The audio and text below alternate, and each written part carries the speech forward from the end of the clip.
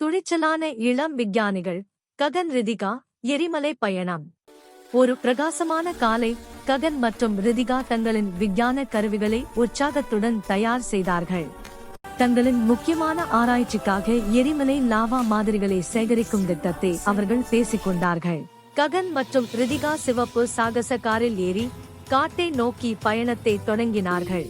உயர்ந்த மரங்களும் அசாதாரண சத்தங்களும் அடர்ந்த காட்டுக்குள் பயணம் பயமூட்டியது. திடீரென ஒரு பெரிய டைனோசர் தோன்றி அதன் நடையால் பூமியே அதிர்ந்தது.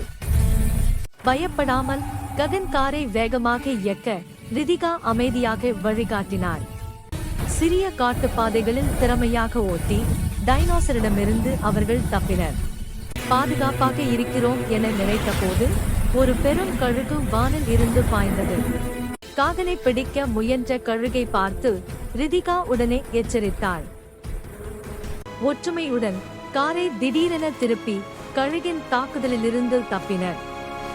தூரத்தில் புகை எழும் எரிமலை ஒளிரும் லாவாவுடன் அவர்களுக்கு தெரிந்தது. காரை கவனமாக நிறுத்தி பாதுகாப்பு உடைகள் அணிந்து மாதிரி பானைகளை தயார் செய்தார்கள். எரிமலை அருகே சென்றபோது தரை கடுமையாக அதிர ஆரம்பித்தது. எதிர்பாராத வெடிப்பு லாவாவை வானில் ஆபத்தாக வீசியது.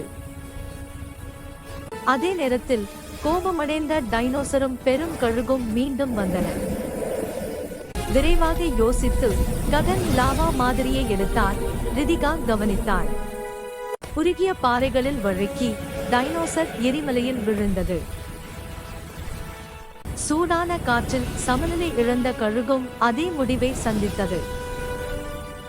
ஆபத்து நீங்கியதும் ககன் மற்றும் ரிதிகா வேகமாக காரை நோக்கி ஓடினர். எரியும் நிலப்பரப்பில் லாவா ஓடைகளை தவிர்த்து திறமையாக ஓட்டினார்கள். புகை காற்றை நிரப்பினாலும் அவர்களின் கவனம் சிதறவில்லை.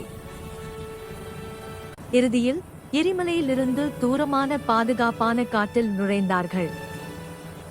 காரை நிறுத்தி லாவா மாதிரியை உற்சாகமாக பரிசோதித்தார்கள். தங்கள் பணி வெற்றியடைந்தது என்று தெரிந்து ககன் பெருமையுடன் சிரித்தான். எதிர்கால ஆராய்ச்சிக்காக ரிதிகா மகிழ்ச்சியுடன் குறிப்புகள் எழுதியாள்.